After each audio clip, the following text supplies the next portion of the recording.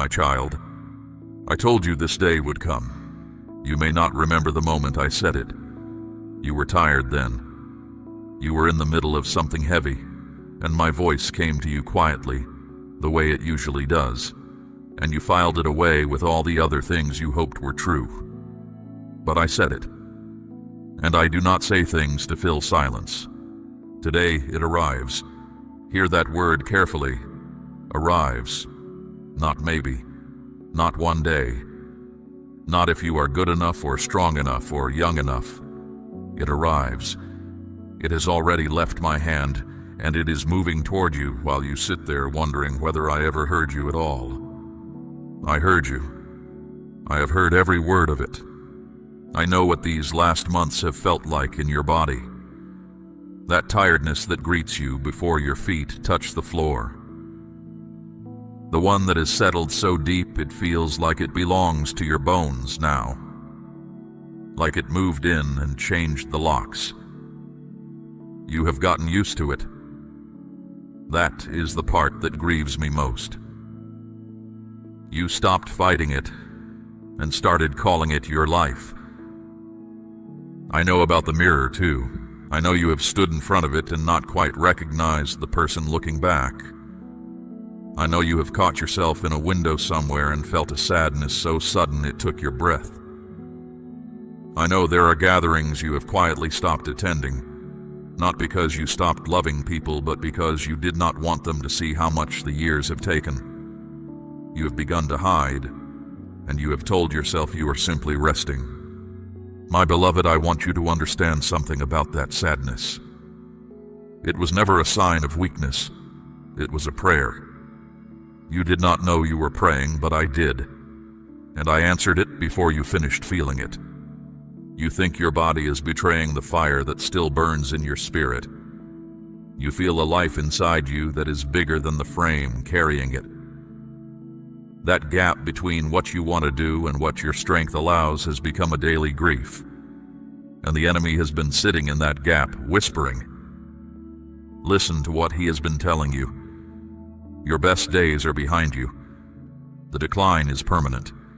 The promises about renewal were written for other people, younger people, people who did not spend themselves the way you spent yourself. He has been replaying every night you stayed awake praying instead of sleeping. Every time you chose someone else's need over your own rest. Every year you poured out and did not refill. And then he tells you the cruelest thing of all. He tells you that your body paid the price for your obedience, and now you have to live with it. That is a lie. I want to take it apart in front of you tonight, piece by piece, until nothing of it remains. Here is the truth he is desperate to keep from you. You did not wear yourself out. You emptied yourself out. Those are two entirely different things, and only one of them is a wound. The other is preparation. I have counted every step you have taken, even the ones you took when you felt completely lost. I have kept every tear. My word says it plainly. You have recorded my wanderings. You have put my tears into your bottle. That is not poetry. That is record-keeping. Every tear you cried in a room where no one else was watching was collected and kept and labeled with your name. Do you understand what that means? Not one of them was wasted. Not one of them fell to the ground and disappeared. They were gathered like something precious, and they have been sitting before me. And today I am answering all of them at once. Not one at a time, not slowly. All of them together in one movement. You have been asking me for a drop. I am bringing a river. This is what I want you to grasp before anything else I say tonight. What is arriving is not a reward for being strong. It is a response to being spent. You qualified for this by pouring out, not by holding together. The very thing you thought disqualified you is the thing that opened the door. Think back to a night in these last weeks when you were so drained you could barely form words. You whispered something toward heaven. It was not a beautiful prayer. It was barely a sentence. Something like, "Please, I just want to feel like myself again." You thought that was desperation. It was the trigger. That whisper set in motion the deepest work of restoration I have performed in your life. You did not age yourself out of your calling. You qualified yourself for renewal that natural law cannot explain and medicine cannot account for. And you did not stumble into this message by accident.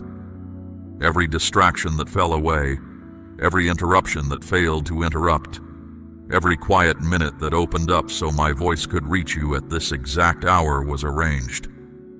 This is not chance. This is an appointment, and both of us are keeping it. So stay with me. Stay all the way to the end of these words, because I am going to show you 3 things. I am going to show you why age is not the wall you have believed it to be. And I am going to show it to you from my own record, from lives I actually renewed when the world had already written them off. I am going to show you what has really been happening in your body during these hard months. And it is not what you think. And when you see it, you will grieve differently. And I am going to give you the words to break the one agreement that has been holding all of this back. Not your years, not your bloodline, not your past choices. Something much closer and much easier to break than you imagine. Do not turn away before that. Your own future is standing in the room with us, and it is depending on you to stay. Something is being poured out tonight. I want you to be holding the cup when it comes. If you believe I am speaking to you and not to someone else, say amen out loud where you are. Now let me deal with the wall. You have built a wall out of your years, and you have set it between yourself and everything you still hope for. You did not build it on purpose. The world handed you the bricks one at a time, and you stacked them without noticing. Too late, too tired, too far along. That season has closed. I want to walk you along my own record for a moment, because I keep a different account of what a life is for. Consider Sarah. She was 90 years old when I told her she would hold a son. 90. Her body had been finished with that hope for decades. She had grieved it, buried it, made peace with it, and built a whole life on the other side of it. When she heard the promise, she laughed, and it was not a joyful laugh. It was the laugh of a woman who had stopped expecting. I did not correct her laugh. I kept my word anyway. And when she held Isaac, she named him Laughter, because I had turned the sound of her disbelief into the sound of her joy. Understand what that account is doing there. It is not a curiosity. It is a boundary marker. It says that the closing of a natural window is not the closing of my hand. Consider Moses. At 40, he was strong, educated, sure of himself, and completely unusable. He tried to deliver my people with his own arm and buried a man in the sand for it. So he spent 40 years keeping someone else's sheep in a wilderness, and he assumed his life had already happened and gone wrong. I called him at 80, not at 40 when he was mighty, at 80 when he stammered and argued and told me to send somebody else. The 40 years he thought he had wasted were the 40 years I used to make him someone I could speak through. And then look at how he finished. When he climbed his last mountain at 120, my record says his eye was not dim and his natural strength was not abated. That was not good fortune. That was maintenance. I kept the vessel in condition because the assignment was not finished, and I do not let a body fail while the work inside it is still running. Hear me. The body is sustained by the assignment. As long as I have something for you to carry, I will keep you able to carry it. Consider Caleb. He was 85 when the land was being divided. He could have asked for a quiet valley. He had earned a quiet valley. Instead, he stood in front of Joshua and said, "I am as strong today as I was the day Moses sent me out." And then he asked for the mountain, the hardest ground, the fortified towns, the giants everyone else avoided. "Give me this mountain," he said at 85. That is not stubbornness. That is a man who knew that strength is issued according to purpose, and who had not laid his purpose down. Consider Anna. She had been widowed for most of her life and had spent decades in my house, fasting and praying, and to every passing eye she was a fixture, an old woman in the corner nobody counted. But when a poor young couple carried an 8-day-old infant through those courts, she was the one who knew. Out of everyone in that city, she saw it. She had spent her whole long life sharpening her spirit, and it made her sight clearer than the sight of men half her age. Her greatest moment came at the very end, not in her strength, not in her prime, at the end, when the world had long stopped looking at her. This is my pattern. It is not the exception in my book. It is the rule. So when the enemy tells you that your years have disqualified you, understand that he is arguing against my own record, and he is losing. I said it myself through my prophet, and I want you to hear it as a personal word and not a general one. Even to your old age I am he, and even to gray hairs I will carry you. I have made, and I will bear. I will carry and will deliver. Look at that promise closely. I made you. So I know precisely how you are built and precisely what is worn. I have carried you this far. So there is no version of this where I set you down now, at the very point where you need me most. The one who made the thing is the one who knows how to restore it. Your years are not a debt against you. They are a deposit. Every season you walked with me taught you to tell the difference between what passes and what lasts.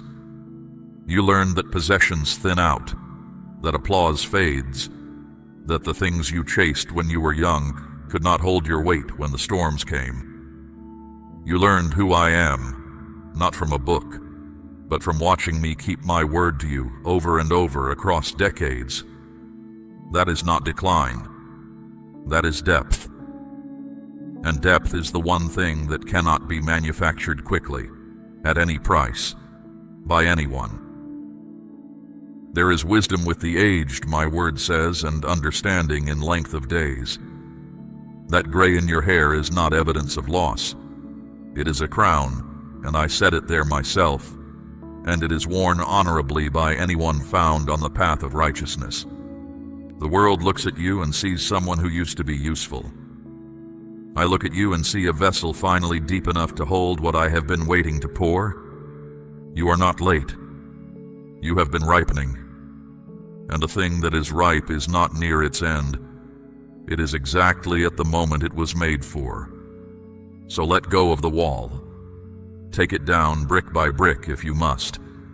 But take it down, because everything I want to give you tonight is standing on the other side of it. And it has been standing there a long time. If you believe your best season is still in front of you, let me hear you say amen. Now I will tell you what has actually been happening in your body, because you have been reading it wrong.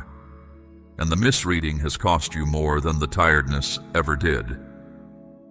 My word says that I satisfy your mouth with good things, so that your youth is renewed like the eagles. Sit with that comparison, because I chose it on purpose, and most people pass straight over it. The eagle does not simply grow old and fade. There comes a season when the eagle looks finished. Its feathers grow heavy and worn. Its beak becomes overgrown and dulled. Its talons lose their grip. It withdraws to a high place, away from the sky it was made for, and it goes through a stripping. The old feathers fall. The old beak is broken back. The old talons are shed. If you saw it in that season, you would say the bird was dying. It is not dying. It is being remade. And when it comes off that ledge, it flies with a strength it did not have before the stripping began. Now hear me carefully, because this is the thing I most want you to receive tonight. You have not been aging. You have been molting. Every sleepless night of praying for someone who never knew you were praying. Every time you gave when you had nothing left in reserve. Every ounce of yourself you handed over to a need that never said thank you. You have read all of it as damage, as wear, as the slow, unfair cost of having been faithful. It was a shedding. And a shedding always comes before a flight. The heaviness you are carrying is not the weight of defeat. It is the weight of preparation. Your body has been letting go of what it had to let go of, so that it could receive what I have been waiting to pour in. What looked like loss was the clearing of a space. Before I show you the rest of this, I want to ask something of you, and I want you to hear it as trust rather than as cost. My child, I am asking you to place a portion of what you have, something of real weight, upon the altar of this work, as gold laid on the scales of this calling. Let it be a seed sown into deep water, an offering set on stone, not held back in fear. This is proof that your trust rests in my hand to provide, and that your heart no longer clings to lack. What you release in faith does not leave your life. It moves ahead of you into the harvest I am preparing. Now let me show you why I asked. Because the asking and the renewal are the same lesson. There was a widow at Zarephath in a famine year. She had a handful of flour and a little oil, enough for one final meal for herself and the son she was raising alone. She had already decided they would eat it, and then lie down and die. That was the whole plan. My prophet came to her gate and asked her to make him a small cake first. First, before her own, before her last. Everything in her must have recoiled. But she poured out what she had, and the jar of flour did not run out, and the jug of oil did not fail through the whole length of that famine.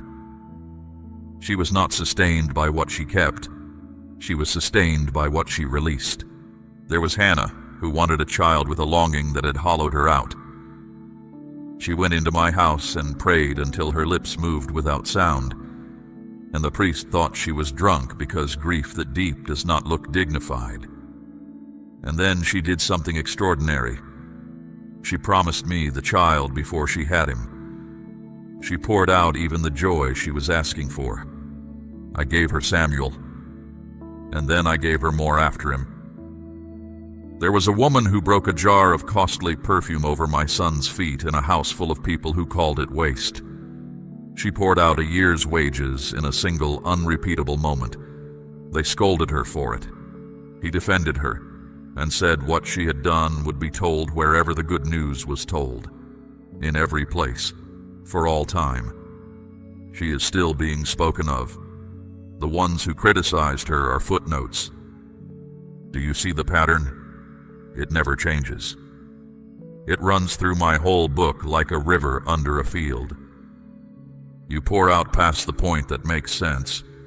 You release what feels like your last. And then I pour in. And what I pour in is never a simple replacement of what left. It is always larger, always richer, always more than went out.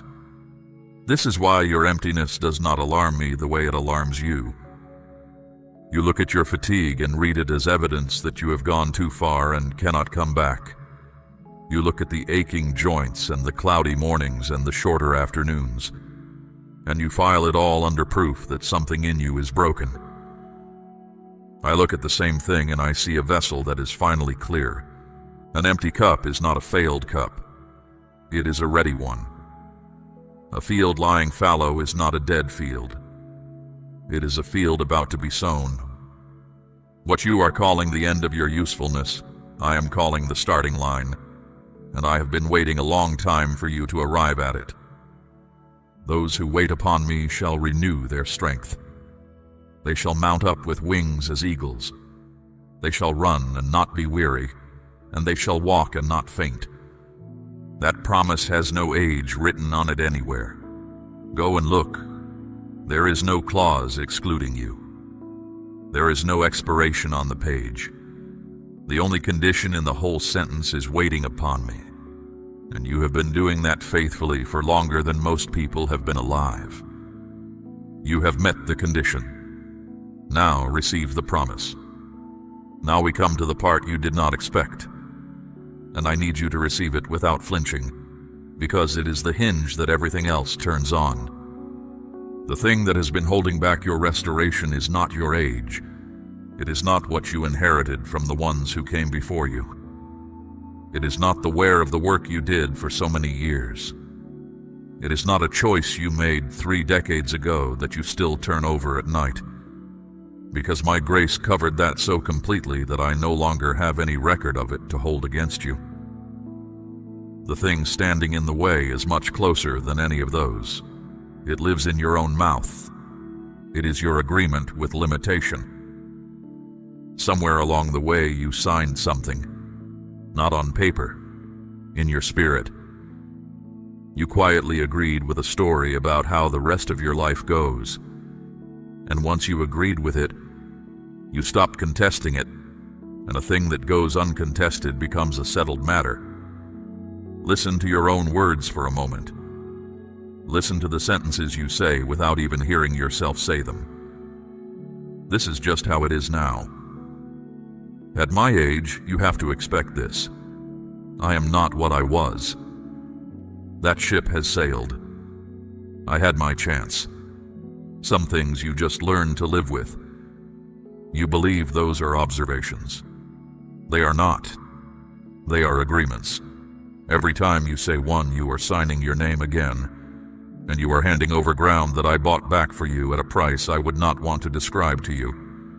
You have been calling permanent what I call temporary.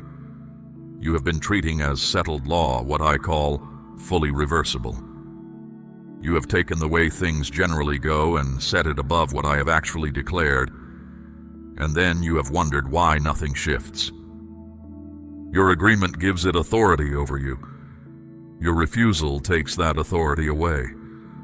Let me show you a man who lived at the pool of Bethesda for 38 years.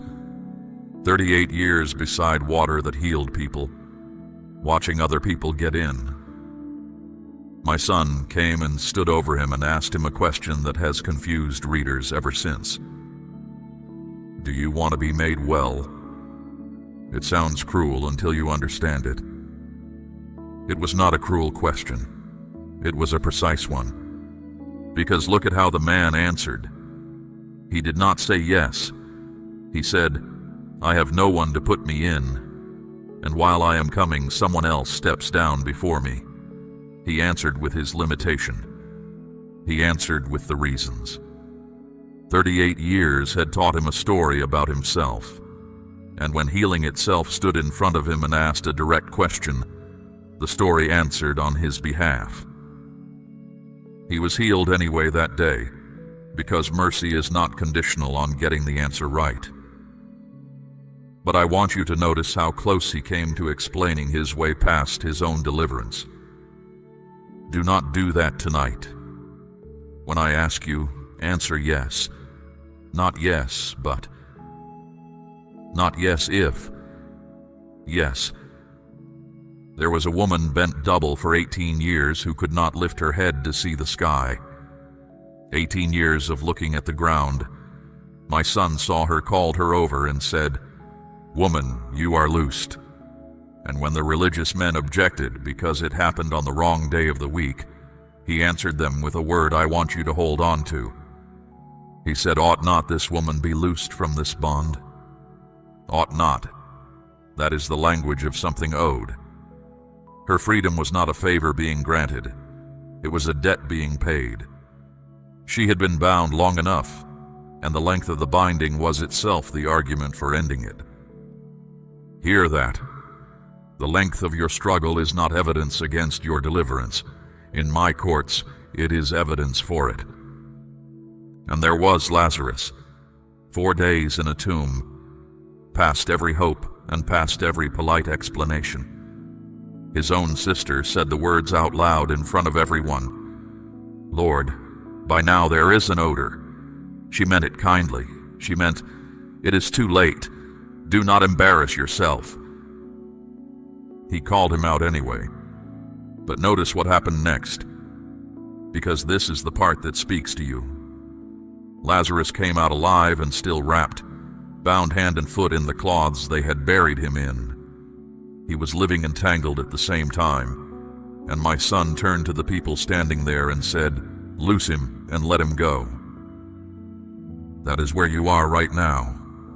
Life has already come back into you.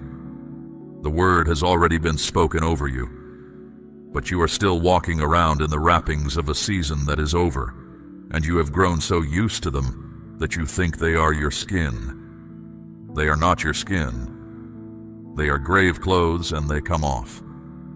So here is what I am asking of you, my beloved, and it is the only real work required of you tonight. Break the agreement. Stop saying the sentences. When one rises in your throat, stop it there. When someone speaks, decline over you casually, the way people do. Do not nod along to be polite. You do not have to argue with them out loud. But do not let your spirit sign anything, because this is exactly where faith and flesh meet, and it is more literal than you have allowed yourself to believe. When you stop agreeing with decline, when you stop accepting a small forecast for your remaining days, when you begin to expect your body to answer to my word rather than only to the general run of things, something shifts that no one can measure, and everyone will eventually see. It is not pretending. I am not asking you to lie to yourself about what hurts. I am asking you to stop giving what hurts the final word. There is a difference between saying my knee aches and saying I am done. The first is a fact, and I can work with a fact. The second is a verdict, and you are not the one authorized to pass it. Only I get to say when a life is finished, and I have not said it over you. Not remotely. I want to tell you why I am doing this, because the reason matters as much as the gift. You have assumed that if I renewed your strength, it would be an act of kindness, a comfort, something to make your remaining days a little easier to get through. And I am kind, and I do want your days to be gentler than they have been. But that is not why. Your body is not a shell you are dragging around while your real self waits somewhere else. It is not an obstacle between you and me. It is not an enemy to be fought and subdued. My word says it plainly.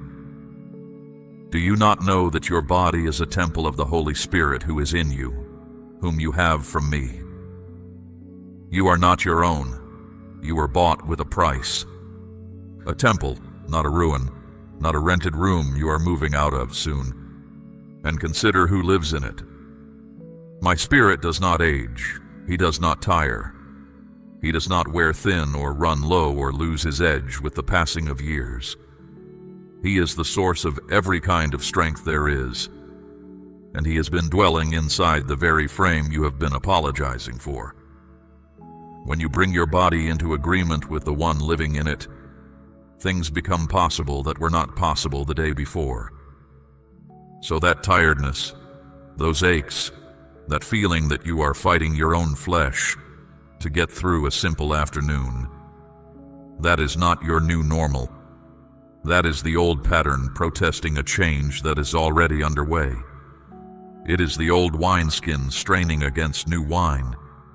It is the shell cracking, which always looks like breaking to anyone who does not know what is inside. Do not mistake the resistance for the verdict. It is the sound of work being done. Now here is the part almost everyone misses. I am not restoring your strength so that you can rest more comfortably. I am restoring your strength because I am about to accelerate your purpose, and the purpose that is coming requires more of you than the one you have been living. Provision follows assignment. It always has. I do not hand out strength as a decoration. I issue it against work. There is something ahead of you that requires a stamina you do not currently possess. That is not a threat. That is the whole explanation. If you already had what the next season demands, I would not need to be doing this. and you would not have needed to be emptied first. There are conversations coming that will change the direction of a life, and you will be the one having them. There are rooms you will walk into where the atmosphere will change because you came in, and you will not fully understand why until afterward. There are prayers you are going to pray in the next few years that will be answered so quickly and so plainly that you will sit back in your chair, startled, and say my name out loud. There are people who have not met you yet, who will one day describe you as the reason they did not give up. All of that requires a vessel, and so I am attending to the vessel. This is why Moses climbed a mountain at 120 with clear eyes and unspent strength. Not because he had good fortune in his family line, because there was still an assignment, and I keep the instrument in tune as long as the music is still being played. The vessel is maintained to match the anointing being poured through it. That was true for him, and it is true for you. And now you know why the fight against your body has been so relentless. The enemy is not interested in your comfort. He never was. He came after your strength because he has an accurate sense of what your restored strength makes possible. And he wanted to have you sidelined before that season arrived. He could not touch your calling, so he went after the frame carrying it. He could not silence your spirit, so he tried to exhaust the body it speaks through. He was not attacking who you have been. He was attacking who you are about to be. Which tells you something. He would not spend that much effort on a life he considered finished. He knows what is coming. That is why he has worked so hard to convince you nothing is. So let me tell you what I am doing in you right now, while these words are still reaching you. I am moving through the places that have been sore for so long you stopped mentioning them. I am touching what medicine has managed but never mended. I am reaching into the tiredness that sleep has not been able to fix, because it was never really a sleep problem, and returning to you an energy that does not come from rest and cannot be explained by it. I am clearing the fog, that worry you carry about your memory, the words that go missing mid-sentence, the names that arrive an hour late. I am sharpening what is dulled. Your mind is going to be clear in a way that surprises the people around you and surprises you first. I am restoring your taste for living. Food will taste like food again. Music will find the place in you it used to find. A morning sky will stop you where you stand, the way it did when you were young enough to have time for it. This is not a small repair. This is a reconfiguration. I am not returning you to who you were at 30. I have something better in mind than that. I am building the version of you that could not have existed without every one of these years, carrying the strength of your youth and the depth you could only have earned by living. That person has never existed before, not in all of history. I'm about to introduce you to them. Now let me speak to the ache that has nothing to do with your body. Because there is a second weight you carry, and it is heavier than the tiredness, and you almost never say it out loud. There are people missing from your table. There are ones you love who drifted, and you are not entirely sure when it happened or which word did it. There are silences that have gone on so long that breaking them now feels impossible. There are things you would say if they came to the door, sentences you have rehearsed for years, and the knock does not come. And in the quiet hours you wonder whether you failed somewhere, and whether that failure is now permanent, because there is not enough time left to repair it. I have watched you carry that. I have heard the prayers you pray for those people, the ones with no words in them, the ones that are just a name said into the dark. My child, hear this clearly. Those prayers did not miss. Every one of them landed. Every one of them is on record. And I do not keep prayers in an archive. I keep them in a bottle, and a bottle is something you pour out. If you believe I have kept every prayer you ever prayed for the ones you love, say Amen with me now. I am going to soften what has hardened. I am going to arrange encounters that neither side could have arranged. I am going to loosen the grip of old offenses on their side and on yours, because forgiveness has to travel in both directions before a road reopens. Some of the reconciliation you are waiting for will happen faster than you dare hope. Some of it will come in pieces, a call, then a visit, then a longer visit, and you will not recognize it as an answer until you are already standing inside it. And some of the seed you planted will not bear fruit where you can see it. I will not pretend otherwise. Some of it will come up in a field you never walked through, in a life that starts after yours, in someone who carries your name without ever having met you. That is not failure. That is how inheritance works. Consider Naomi. She went out full and came back empty, and she said so bitterly to everyone who greeted her. "Do not call me pleasant," she said. "Call me bitter, because I went out full, and the Lord has brought me home again empty." She meant it. She was not being dramatic. She had buried a husband and both sons in a foreign country, and come home with nothing but a daughter-in-law who refused to leave her. And the women of that town later stood over her and said something I want you to hold. They said, "He shall be to you a restorer of life, and a nourisher of your old age." A nourisher of your old age. That is the title I wear. The child laid in Naomi's lap was not merely a comfort. He was the grandfather of David. The empty woman was carrying, without knowing it, the line that led to my son. She thought her story had ended in loss. She was standing in the middle of the most important chapter in it. You have made the same mistake she made. You have counted what left and called it the whole account. Consider Job. Everything went in a matter of days. His health, his household, his standing, his ease. And his friends explained to him at great length exactly what he must have done to deserve it, which is a particular kind of cruelty. My word says the latter end of Job was blessed more than his beginning.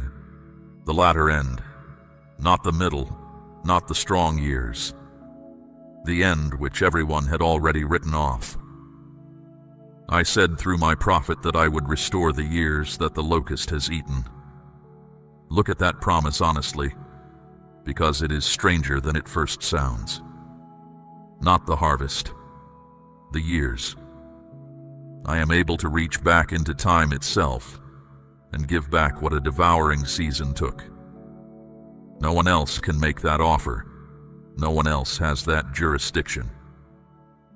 So I am restoring provision. The narrowness you have been living inside is going to widen. Things will come from directions you were not watching. What you have will stretch further than the arithmetic says it should, and you will notice one day that you stop doing the anxious calculation you used to do every month, and you will not be able to say exactly when you stopped. I am restoring joy, not cheerfulness, which is a performance and exhausting to maintain. Joy, the kind that sits underneath everything and holds when the day goes badly.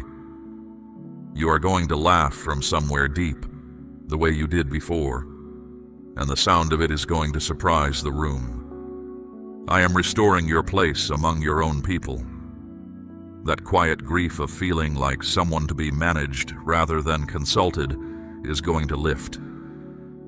Your words are going to carry weight again. They will come to you for counsel, and they will not be doing it to be kind. They will be doing it because they need what only you have. Your house is going to become a place people come to when they are frightened. Not because you have answers for everything, but because there is a steadiness in you that they cannot find anywhere else. And steadiness is the rarest thing in the world right now. And the ones who come after you, including the ones you will never meet, will walk on ground you cleared. They will make good decisions and not know why they were able to. They will be spared things they never learned they were spared from. That is the inheritance you have been building on your knees for decades, and it does not stop when you do. The gray in your hair is a crown of glory. That is not a comfort I invented for you. That is what I called it long before you were born. We are near the end of this hour, and I want to leave you with two things. A word about where you actually are, and then something for you to do before you sleep. First, where you are.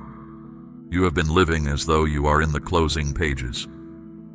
You have been quietly winding things down, settling accounts, lowering your expectations by small degrees, so that no future disappointment can reach you. You would not put it that way, but that is what has been happening. You are not in the closing pages. You are at the summit. There is a difference between an ending and a culmination, and the world has taught you to confuse them. An ending is when a thing stops. A culmination is when everything a thing has been building toward finally arrives at once. Everything you have survived, everything you have learned, every prayer that shaped you while it was being prayed, every disappointment that taught you where not to place your weight. All of it has been converging, and it converges here. My word says, the righteous shall flourish like the palm tree, and shall grow like a cedar in Lebanon. Planted in the house of the Lord, they shall flourish in the courts of our God. And then it says the thing almost no one quotes. They shall still bring forth fruit in old age. They shall be full of sap and flourishing. Still, that word is doing enormous work. It is written for the exact season you are standing in, for the exact objection you have been raising. And it was written thousands of years before you were born by someone who already knew you would need it. The palm tree bears its heaviest fruit late.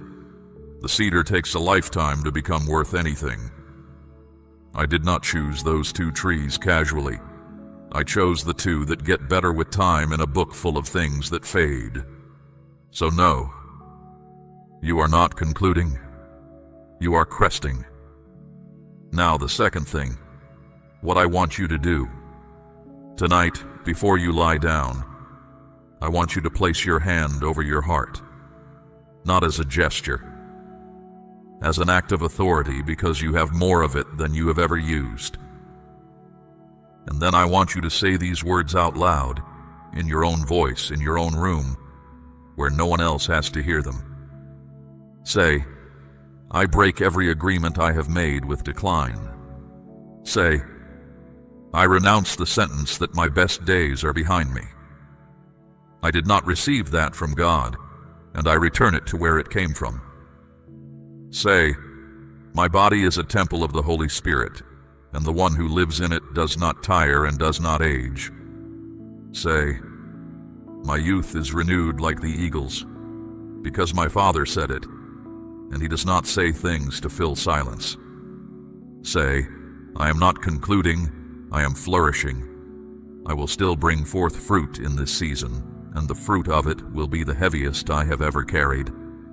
Say, the years the locust ate are being restored to me, and I receive them. Say it with your hand on your heart, and say it even if your voice shakes, because a shaking voice has never once weakened a true word. Then sleep. Actually sleep. Let me work while you rest, the way I have always preferred to work. And when you wake tomorrow, do not check yourself for evidence.